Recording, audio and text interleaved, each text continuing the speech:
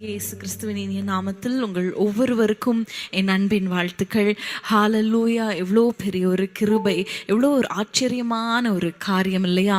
நம்முடைய வாழ்க்கையிலும் நிச்சயமாக ஆண்டவர் ஆச்சரியமான காரியங்களை செய்வார். இன்றைக்கு சில காரியங்களை நம்ம தியானித்து நம்ம அதை வைத்து ஜெபித்து விட்டு நம்ம எல்லாருக்கும் தெரிந்த அடிக்கடி நம்ம வாசிக்கிற ஒரு வசனம் உபாகமம் 23ஆம் அதிகாரம், உபாகமம் 23:14. அதை நான் வாசிக்கிறேன். உபாகமம் 23:14. உன் தேவனாகிய கர்த்தர் உன்னை இரட்சிக்கவும் உன் சத்துருக்களை உனக்கு ஒப்பு கொடுக்கவும் உன் பாளையத்துக்குள்ளே உலாவிக் கொண்டிருக்கிறார். ஆகையால் அவர் உன்னிடத்தில் அசூசியான காரியத்தை கண்டு உன்னை விட்டு போகாதபடிக்கு உன் பாளையம் சுத்தமாய் இருக்க கடவது. ஹalleluya. உன் பாளையம் சுத்தமாய் இருக்க கடவது. ஹalleluya. ஆண்டவர் நம்மை ரட்சிக்கவும் நம் சத்துருக்களுக்கு கைக்கு ஒப்பு கொடுக்காம நமக்கு ஒரு வெற்றியை தருவதற்கு அவர் நம்மோடு உலாவிக் கொண்டிருக்கிறார். ஆனால் நம்மிடத்துல காணப்படுகிற சில அசூசிகள், தேவையில்லாத காரியங்கள், ஆண்டவர் அருவருக்கிற காரியங்களை அவர் பார்த்து நம்மை விட்டு, நம் குடும்பத்தை விட்டு, நம் வீட்டை விட்டு அவர் போய்விடக்கூடாது. ஹalleluya. இந்த வசனம் அப்படித்தான் சொல்லுகிறது.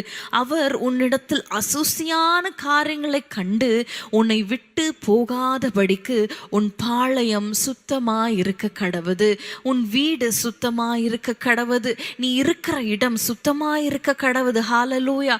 ஆண்டவர் வாசம் செய்கிற உங்கள் இருதயம் சுத்தமாய் இருக்க கடவது. ஹalleluya. ஆண்டவர் நம்மோடு இருப்பது எவ்வளோ பெரிய காரியம், ஆண்டவர் நம்மோடு இருப்பது எவ்வளவு தேவையுள்ள காரியம். ஹalleluya. இந்த உலகத்தில் பிரச்சனைகள் நிறைந்த, பாடுகள் நிறைந்த இந்த உலகத்தில் ஆண்டவர் மாத்திரம் நம்மோடு இல்லாதிருந்தால் நம்ம எப்படி இந்த காரியங்கள் எல்லாம் மேற்கொள்வோம்? நீங்கள் ஒரு வேளை சொல்லலாம், ஆண்டவர் என்னோடு இருக்கிறாரா, ஆண்டவர் என்னோடு தான் இருக்கிறாரா தெரியலையே. நீங்கள் அப்படி ஒரு வேளை ஒரு சிந்தையோடு, ஒரு வேளை அப்படி ஒரு கேள்விகளோடு இருக்கிறீங்கன்னா, இன்றைக்கு நம்ம உயிரோடு இருப்பதே அவருடைய கிருபை. ஹalleluya. அவர் மாத்திரம் நம்மை நடத்தாவிட்டால் நம்ம எப்பொழுதோ அழிந்து போயிருப்போம். அவருடைய கிருபையை மாத்திரம் அவர் நமக்கு தவறாவிட்டார், அவர் நம்மளுடைய துக்கத்திலேயே நம்ம அழிந்து போயிருப்போம்.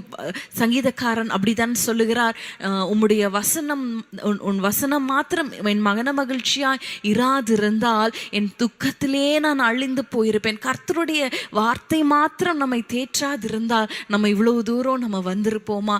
இல்லவே இல்லை. ஆனால் ஆண்டவர் நம்மை விட்டு போகாதபடிக்கு ஆண்டவர் சொல்லுகிற வசனம் என்ன சொல்லுகிறது? நம்முடைய பாளையம் சுத்தமா இருக்க கடவது. ஹalleluya.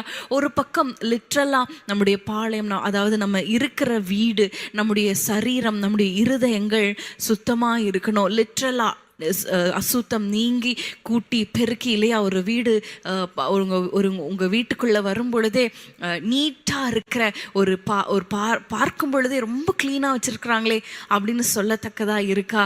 நீங்களே சுற்றி பாருங்களேன். வீட்டில் இருந்தீங்கன்னா சிலருடைய வீட்டை பார்க்கும் பொழுது அவ்வளோ க்ளீனாக வச்சுருப்பாங்க. சிலருடைய வீட்டை பார்க்கும் பொழுது பொருட்கள்லாம் அங்கேயும் இங்கேயும் இருக்கும், க்ளீனாக இருக்காது, டாய்லெட் க்ளீனாக இருக்காது முக்கியமாக. அப்போது சிலர் பேர் சொல்லுவாங்க, வீடுனா அப்படி தான் இருக்கும், வீடு என்ன மியூசியமாக தொடச்சி வைக்கிறதற்கு, பொருள் எடுத்த இடத்துல வைக்கிறதற்கு? அப்படி அல்ல. நம்முடைய வீடு மிகவும் சுத்தமாக இருக்கணும். ஹalleluya.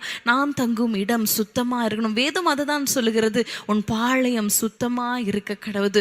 ஒரு பக்கம் நம்முடைய வீடு, நாம் வசிக்கிற இடம் அது சுத்தமாக இருக்கணும். இன்னொரு பக்கம் ஆவிக்குரிய கண்ணோட்டத்தில் பார்க்கும் பொழுது ஆண்டவர் வாசமாக இருக்கிற நம்முடைய சரீரம், நீங்களே அந்த ஆலயம் என்று நம்ம வாசிக்கிறோம் இல்லையா? நம்முடைய இருதயம் சுத்தமாக இருக்கணும். வேதத்தில் காணப்படுகிற சில காரியங்களை நான் உங்களிடத்துல காண்பிக்க விரும்புகிறேன். அதை வைத்து நம்ம ஜெபிக்க போகிறோம். யோசுவா 7ஆம் அதிகாரத்தில் நம்ம பார்க்கும் பொழுது அந்த சம்பவம் நம்ம எல்லாருக்கும் தெரியும். ஆயி பட்டணத்தில் அவங்க தோற்று போகும் பொழுது, ஆயின் மனுஷருக்கு முன்பாக இஸ்ரவேல் ஜனங்கள் முறிந்தோடி போகும் பொழுது யோசுவா ஆண்டவர் சமூகத்தில் உட்கார்ந்து கேட்கிறார். அப்பொழுது அந்த வசனங்களை பாருங்களேன். யோசுவா 7ஆம் அதிகாரம் 12-13 வசனங்களை நம்ம வாசிக்க கேட்கலாம். ஆதலால் இஸ்ரவேல் புத்திரர் தங்கள் சத்துருக்களுக்கு முன்பாக நிற்க கூடாமல் தங்கள் சத்துருக்களுக்கு முதுகை காட்டினார்கள். அவர்கள் சாபத்தீடானார்கள். நீங்கள் சாபத்தீடானதை உங்கள் நடுவிலிருந்து நிக்கிரகம் பண்ணாவிட்டால் இனி உங்களோடு இரேன். ஆண்டவர் சொல்லுகிறார், உங்களோடு இருக்க மாட்டேன். ஏன்னா உங்களிடத்துல சாபத்தீடான காரியங்கள் இருக்கு.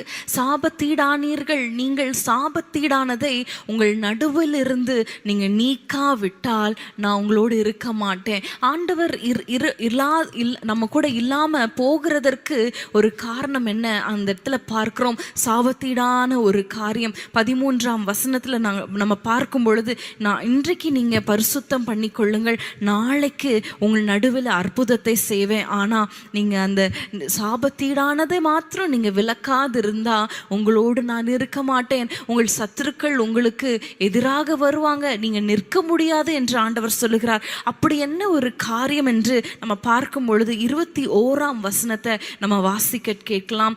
21ஆம் வசனம், அதே 7ஆம் அதிகாரம் 21. கொள்ளையிலே நேர்த்தியான ஒரு பாபிலோனிய சால்வையையும் 200 வெள்ளி சேக்கலையும் 50 சேக்கல் நிறையான ஒரு பொன் பாலத்தையும் நான் கண்டு அவைகளை இச்சித்து எடுத்துக்கொண்டேன். இதோ அவைகள் என் கூடாரத்தின் மத்தியில் பூமிக்குள் புதைத்திருக்கிறது. பூமிக்குள் புதைந்திருக்கிறது, வெள்ளி அதன் அடியில் இருக்கிறது. பாருங்க, ஒரு மனிதன் ஆகான் அவர் செய்த ஒரு தப்பு. பாருங்க, அவர் செய்த அந்த பொருளாசையின் நிமித்தம் செய்த ஒரு காரியம். இந்த வசனம் சொல்லுகிறது, இது சொல்லுகிறவர் ஆகான் சொல்லுகிறார், பாபிலோனிய சால்வை, ஒரு நேர்த்தியான ரொம்ப அழகான பார்ப்பதற்கு மிகவும் அருமையான ஒரு பாபிலோனிய சால்வையை அவர் பார்த்த உடனே அதை இச்சித்து, அவர் என்ன சொல்லுகிறார், அதை நான் இச்சித்து என்னுடைய கூடாரத்தின் மத்தியில் பூமிக்குள்ள யாருக்கும் தெரியாது, அது நான் என் கூடாரத்தில் என்னுடைய வீட்டில் பூமிக்குள்ள நான் மறைத்து வைத்திருக்கிறேன். பாருங்க, பொருளாசையின் நிமித்தம் அந்த இஸ்ரவேல், ஒரு மனிதனுடைய பொருளாசை தான், ஆனால் முழு இஸ்ரவேல் ஜனங்களும் அதனால பாதிக்கப்பட்டாங்க. எபேசியர் 5:5 நம்ம வாசிக்கிறோம், விக்கிரகாராதனைக்காரனாகிய பொருளாசைக்காரன். ஒருவேளை இன்றைக்கு உங்க குடும்பத்துல, உங்க வீட்டுல தோல்விகளுக்கு காரணம் ஒருவேளை இந்த பொருளாசையா இருக்கிறதா? கொஞ்சம் யோசித்து பாருங்க. பொருட்கள் மேல பொருட்கள் வாங்கி, சிலர் ஒரே பொருட்களை வாங்கி குவிப்பாங்க. கேட்டா இந்த பொருளை நான் கலெக்ட் பண்றேன், இது என்னோட ஹாபி அப்படின்னு சொல்லுவாங்க. அதற்காக எவ்வளோ பணங்கள், எவ்வளோ மணி நேரங்கள், எவ்வளோ காரியங்களை விலக்கிரயம் செய்வாங்க. ஆனால் அது ஆண்டவருக்கு விருப்பம் இல்லாத காரியம். இன்றைக்கு பாருங்க, ஒரு வீட்டுக்கு போனால் அங்கே ஏதாவது ஒரு காரியத்தை பார்த்தா, இதே மாதிரி என்னுடைய வீட்லேயும் நான் வாங்கணும், இதே மாதிரி ஒரு காரை வாங்கணும். அவங்க ஒரு கார் வாங்கிட்டாங்கன்னா அதையும் காட்டிலும் எக்ஸ்பென்சிவான கார் நான் வாங்கிடணும். அவங்க ஒரு பொருளை வாங்கிட்டாங்கன்னா நானும் அதுக்கு ஈக்குவலாக, இல்லைன்னா அதோட பெட்டரான ஒரு வெர்ஷன் நான் வாங்கிடணும். பொருளாசை இன்றைக்கு நம்முடைய இருதயத்தில், நம்முடைய வீட்டில், குடும்பத்தில் காணப்படுகிறதா? அதை ஆண்டவர் அருவருக்கிறார். அதை ஒரு சாபத்தீடாய் ஆண்டவர் பார்க்கிறார். உங்கள் வாழ்க்கையில் அது இருக்கிற வரைக்கும் சத்துருக்கு முன்பாக நீங்கள் நிற்க முடியாது என்று வேதம் சொல்லுகிறது. இன்றைக்கு ஆண்டவர் நம்மோடு உலாவி வந்து, ஆண்டவர் நம்மோடு இருந்து, அவர் யெகோவா நிசியாய் உங்களுக்கு வெற்றி தருகிற தேவனாய் இருக்க வேண்டும் என்று நீங்கள் விரும்புகிறீர்கள் என்றால், நம்முடைய இருதயத்தில் காணப்படுகிற அந்த பொருள் ஆசை, அந்த பண ஆசை, பொருட்கள் மேல பொருட்களை சேர்க்கிறது, உடை மேல உடை, எவ்வளோ உடை இருந்தாலும் இந்த உடை வாங்கணும், அந்த உடை வாங்கணும் அப்படின்னு சொல்லி உங்களுடைய இருதயங்கள் அலை பாய்கிறதா? இன்றைக்கு ஆண்டவர் சமூகத்தில் ஒப்பு கொடுத்துருங்க. ஆண்டவரே, தேவையில்லாத பொருட்கள் நான் வாங்கக்கூடாது. ஒரு சூப்பர் மார்க்கெட்டு போனீங்கன்னா பாருங்களேன், நம்ம என்னதான் லிஸ்ட் எடுத்துட்டு போனாலும் எவ்வளோ தேவையில்லாத பொருட்கள், பார்த்தோன்னே ஆசை. அப்படி பிசாசு நம்மளை வஞ்சிக்கும் பொழுது ஆண்டவரிடத்துல சொல்லுங்க, தேவையில்லாத பொருட்களை வாங்கக்கூடாது, தேவையற்ற செலவுகள் நான் செய்யக்கூடாது. ஹல்லேலூயா. ஒரே ஒரு ஆகான் தான், அவன் செய்த ஒரு பாபிலோனிய சால்வை, ஒரு பொன் பாலம், இல்லையா, கொஞ்சம் வெள்ளி இல்லையா, அதையெல்லாம் அவன் ஒருவன் செய்த தவறு எவ்வளோ ஆயிரக்கணக்கான ஜனங்கள் மடிந்து போனார்கள். எவ்வளோ ஒரு தேவையில்லாத ஒரு டென்ஷன், ஒரு டிஃபீட், ஒரு தேவையில்லாத ஒரு தோல்வியை சந்திக்க வேண்டியதாயிற்று. நம்முடைய வாழ்க்கையில் நம்ம ஒரு வெற்றியுள்ள வாழ்க்கை வாழணும் பிரியமானவர்களே. பொருட்கள் இன்றைக்கு இருக்கும், நாளைக்கு போய்விடும் இல்லையா. ஒரு 10 வருஷம் கழிச்சு யாராவது கேட்டிங்கன்னா, நீங்கள் என்ன உடை உடுத்திருந்தீங்க, நீங்கள் என்ன வாட்ச் வச்சுருந்தீங்க, என்ன கார் வச்சிருந்தீங்கன்னு தெரியுமா? இல்லை, கிடையாது. இன்றைக்கு நம்முடைய இருதயங்களை ஆண்டவருக்கு ஒரு ஜீவ பலியாய் ஒப்பு கொடுக்கலாம். ஆண்டவரே, தேவையில்லாத பொருள் ஆசை, பண ஆசை எனக்கு வேண்டாம். கரங்களை உயர்த்தி, ஒருவேளை இது ஒரு சின்ன காரியமா இருக்கலாம், ஆனா அதை கூட ஆண்டவர் அங்க விரும்புகிறதில்லை. அவர் விரும்பல பொருள் ஆசை, அவர் விரும்பல. ஆண்டவர் சமூகத்துல சொல்லுங்க, ஆண்டவரே, என்னுடைய பொருள் ஆசை ஒருவேளை என் குடும்பத்திற்கு, என்னுடைய வீட்டுக்கு அது ஒரு சாபத்தீடாய், அது ஒரு ஃபெயிலியருக்கு ஒரு வழியா இருக்குமானால் என்னை ஒப்பு கொடுக்கிறேன் ஆண்டவரே. தேவையற்ற செலவுகளுக்கு, தேவையில்லாத பொருளாசைக்கு என்னை விலக்கி காத்தருளும் ஆண்டவரே. என் இருதயத்தை, என் கண்களை உம்முடைய கரத்தில் ஒப்பு கொடுக்கிறேன். ஆகானை போல இராதபடிக்கு எனக்கு என்னது தேவை என்பதை என் பரமபிதா அறிந்திருக்கிறார். காகங்களை உடுத்து வைக்கிறவர் என்னையும் உடுத்து வைக்கிறார். ஹல்லேலூயா. காகங்களை போஷிக்கிறவர் என்னையும் போஷிக்கிறார். என்னை அதையும் காட்டிலும் அதிகமாக என்னை நடத்துவார் என்ற அறிவோடு நாங்கள் வாழ, ஹல்லேலூயா, எங்களுக்கு இருக்கிறது போதும் என்று எண்ணுங்கள் என்று வேதம் சொல்லுகிறது.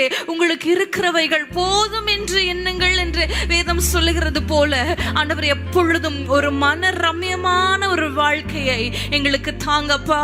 எப்பொழுதும் அது இல்லை, இது இல்லை, அது வாங்கணும், இது மட்டும் நீங்க எனக்கு வாங்கி தரல, அவங்களுக்கு வாங்கி தராங்க, இப்படி கம்ப்ளைனிங் ஸ்பிரிட் எங்களுக்கு வேண்டாம் ஆண்டவரே. ஒப்பு கொடுக்கிறோம், எங்களை ஒப்பு கொடுக்கிறோம் ஆண்டவர். ஒரு முன்மாதிரியான ஒரு வாழ்க்கை வாழ எங்களுக்கு கிருபை செய்யுங்க. எங்கள் நிமித்தம் எங்கள் குடும்பங்கள் ஆசீர்வதிக்கப்படணும். ஆகானின் நிமித்தம் தோல்வி, முழு இஸ்ரவேலருக்கும் தோல்வி ஆண்டவரே, நாங்கள் அப்படி இராதபடிக்கு எங்களை தாழ்த்தி ஒப்பு கொடுக்கிறோம் இயேசுவின் நாமத்தில் பிதாவே, ஆமென்.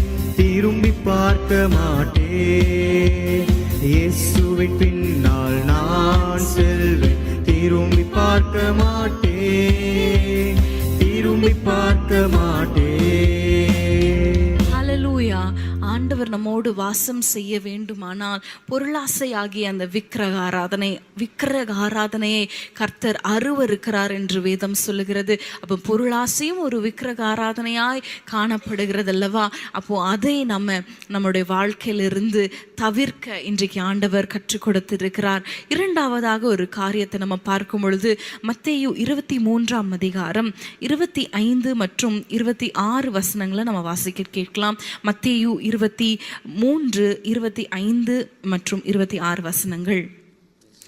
மாயக்காரரே, வேத பாரகரே, பரிசேயரே, உங்களுக்கு ஐயோ! போஜன பான பாத்திரங்களின் வெளிப்புறத்தை சுத்தமாக்குகிறீர்கள், உட்புறத்திலோ அவைகள் கொள்ளையிலும் அநீதியினாலும் நிறைந்திருக்கிறது. குருடனே, பரிசேயனே, போஜன பான பாத்திரங்களின் வெளிப்புறம் சுத்தமாகும்படி அவைகளின் உட்புறத்தை முதலாவது சுத்தமாக்கு. இங்க நம்ம சுத்திகரிப்பை நம்ம பார்த்து கொண்டு இருக்கிறோம். இந்த வசனம் இப்படியாக சொல்லுகிறது, ஒரு போஜன பாத்திரத்தை உட்புறத்துல கழுவாம நீங்க வெளிப்புறத்துல நீங்க எவ்வளோ கழுவினாலும் அது உபயோகமற்றது. வசனம் சொல்லுகிறது, வெளிப்புறத்தை சுத்தமாக்குகிறீங்க, ஆனா உள்ளேயோ உட்புறத்திலேயோ அவைகள் கொள்ளையினாலும் அநீதியினாலும் நிறைந்திருக்கிறது. வெளிப்புறம் சுத்தமாகும்படி அவைகளின் உட்புறத்தை முதலாவது சுத்தமாக்கு. இன்றைக்கு நமக்கு வெளியில அழகா இருக்கணும். நம்ம ஒரு இடத்துக்கு போறோம்னா எல்லார் கண்களும் நம்மை பார்க்கணும்.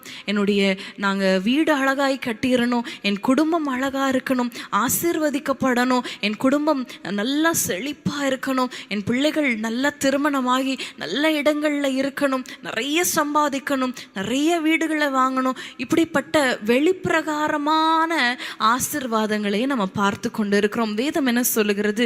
26 பார்க்கிறோம், வெளிப்புறம் சுத்தமாகும்படி அவைகளின் உட்புறத்தை முதலாவது சுத்தமாக்கு. வெளியே அழகா இருக்கணும்னா, வெளியில பார்ப்பதற்கு வாவ் அப்படின்னு சொல்ற மாதிரி இருக்கணும்னா, முதலாவது உள்ள சுத்தமா ஆகணும். ஹல்லேலூயா. உள்ள இருக்கிற அநீதிகள், அசுத்தங்கள், தேவையற்ற காரியங்கள் எல்லாம் வைத்துக்கொண்டு வெளியில நம்ம எவ்வளவு அழகாய் நம்ம இருந்தாலும் அதெல்லாம் வேஸ்ட். 28 நம்ம பார்க்கும் பொழுது, அப்படியே நீங்களும் மனுஷருக்கு நீதிமான்கள் என்று புறம்பே காணப்படுகிறீர்கள், உள்ளத்திலோ மாயத்தினாலும் அக்கிரமத்தினாலும் நிறைந்திருக்கிறீர்கள். எப்படி இருக்கிறீர்கள்? மேல இருக்கிற வசனத்தை பார்க்கும் பொழுது வெள்ளை அடிக்கப்பட்ட கல்லறை, வெளியில பார்க்கும் பொழுது வெள்ளையா அழகா இருக்கு, ஆனா உள்ள எலும்புகளும் அசுத்தங்களும் தேவையில்லாத காரியங்களும் மரித்தவைகளும் மரித்து போன காரியங்கள் இருக்கிறது. ஆனா வெளியில ரொம்ப அழகா இருக்கு. அப்படிப்பட்ட ஒரு வாழ்க்கை நம்முடைய வாழ்க்கையா இருக்கிறதா? இன்றைக்கு ஆண்டவர் கையில ஒப்பு கொடுக்க போகிறோம். உள்ளும் புறமும் ஆண்டவரே என்னை சுத்திகரிங்க. உள்ள நம்ம எவ்வளோ கேவலமான காரியங்களோடு வாழ்ந்து கொண்டு வெளியில நம்ம எவ்வளோ அழகாய் நம்ம மனிதர்கள் முன்பாக, பாஸ்டர் முன்பாக நம்ம நடந்தாலும் எல்லாம் பிரயோஜனமற்றது. வேதம் சொல்லுகிறது பாருங்க, மனுஷருக்கு முன்பாக நீங்க நீதிமான்கள் போல நீங்க காணப்படுறீங்க, ஆனா உள்ளத்துல அக்கிரமங்கள் நிறைந்து இருக்கிறது. ஹல்லேலூயா. மத்தேயு 15 நம்ம வாசிக்கிறோம் இல்லையா? வாயிலிருந்து புறப்படுகிறது தான் மனுஷரை தீட்டுப்படுத்தும். அப்போ வாயிலிருந்து என்ன புறப்படுகிறது? இருதயத்தில் இருக்கிறது வாயில புறப்படுகிறது. அப்போ இருதயத்தின் தீட்டுகள். ஹல்லேலூயா. மனுஷன் முகத்தை பார்க்கிறான், கர்த்தர் மனுஷர் பார்க்கிறது போல் அவர் பார்க்கல. அவர் இருதயங்களை, ஆண்டவர் உள்ளந்திரியங்களை ஆராய்ந்து அறிகிறார். ஹல்லேலூயா. ஒருவேளை மனிதர்கள் முன்பாக, வீட்டார் முன்பாக, கணவர் முன்பாக, பெற்றோர் முன்பாக, பிள்ளைகள் முன்பாக ஒரு நீதிமான் போல, பாஸ்டர் முன்பாக, ஊழியர்கள் முன்பாக நீதிமான்கள் போல நம்ம வாழ்ந்தாலும் உள்ள எப்படி இருக்கிறது? அதுதான் முக்கியம் இல்லையா? ஏன்னா ஆண்டவர் தான் இருதயத்துல தான் வாசம் செய்கிறார். உள்ள எப்படி இருக்கு? வெள்ளை அடிக்கப்பட்ட கல்லறை போல இருக்கிறதா? இல்ல உள்ளும் புறமும் சுத்தமாக்கப்பட்ட கர்த்தருக்கேற்ற ஒரு பாத்திரமா இருக்கிறதா? இன்றைக்கு நீங்கள் உங்களை ஆராய்ந்து பாருங்கள். ஆண்டவர் சொல்லுகிறார், வெளியில அழகாகணும்னா முதல்ல உள்ள இருக்கிற காரியங்களை சுத்தமாக்குங்க.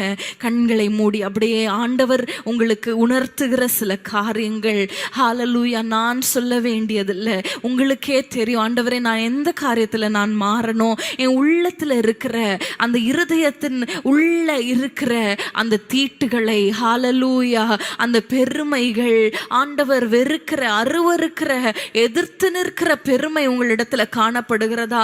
ஆண்டவரே, எங்களை தாழ்த்தி ஒப்பு கொடுக்கிறோம். ஆண்டவரே, நாங்கள் வெளிப்பிரகாரமான காரியங்களுக்கு நிறைய இம்பார்ட்டன்ஸ் கொடுக்கிறோம் ஆண்டவரே. ஆனா வெளியில அழகா இருக்கணும்னா உள்ள, ஹல்லேலூயா, எங்களுடைய இருதயங்களை நீர் ஆண்டவரே சீர்படுத்துவீராக. எங்கள் இருதயங்களை ஆண்டவரே பரிசுத்தப்படுத்துவீராக. ஹல்லேலூயா. நியாயம் தீர்த்து கொண்டு இருக்கிற இருதயமா, மேட்டுமையான சிந்தனைகளுடைய இருதயமா, ஹல்லேலூயா, நான் இவங்களோட பெட்டர் என்று சொல்லி, மற்றவர்களை காட்டிலும் நான் பெட்டர், அவங்களை காட்டிலும் நான் பெட்டர் என்று சொல்லி நீங்கள் உங்களையே நீங்கள் பெருமையா எண்ணிக்கொண்டு இருக்கிற இருதயமா ஆண்டவர் விரும்புகிறதில்லை. ஹல்லேலூயா. அது ஒரு வெள்ளை அடிக்கப்பட்ட கல்லறையாய் கர்த்தருடைய பார்வையில் இருக்கிறதே. அதுல எப்படி ஆண்டவர் வாசம் செய்வார்? அதுல எப்படி ஆண்டவர் உலாவி வருவார்? இன்றைக்கு ஆண்டவர் கரத்துல ஒப்பு கொடுங்க. ஆண்டவரே, எங்கள் இருதயங்களை ஆண்டவரே ஜீவ பலியாய், ஹல்லேலூயா, உம்முடைய பாதபடி ஆக்குகிறோம். ஹல்லேலூயா. பெருமையை உம்முடைய பாதத்துல நாங்கள் வைக்கிறோம். எங்களை தாழ்த்துகிறோம். சொல்லுங்க ஆண்டவரே, எங்களை தாழ்த்துகிறோம். மறைவான பாவங்கள், இன்னும் துணிகரமான பாவங்கள், இன்றைக்கு உலகத்துல துணிகரமான பாவங்கள் நிறைந்திருக்கிறது. ஆண்டவரே, எங்கள் பிள்ளைகளை துணிகரமான பாவத்திலிருந்து விலக்கி பாதுகாத்து கொள்ளுங்கப்பா. மறைவான பாவத்தில் பாவத்திலிருந்து விலக்கி பாதுகாத்துக் கொள்ளுங்க. அறியாமல் செய்யற பாவத்திலிருந்து ஆண்டவரே எங்களை விலக்கி பாதுகாத்துக் கொள்ளுங்க. எங்கள் இருதயம் உங்கள் பார்வையில நீர் உலாவி வர உகந்ததா இருப்பதாக. ஆண்டவரே உமக்கு ஸ்தோத்திரம். எங்களை தாழ்த்தி ஒப்புக் கொடுக்கிறோம். இயேசுவின் நாமத்தில் பிதாவே, ஆமென்.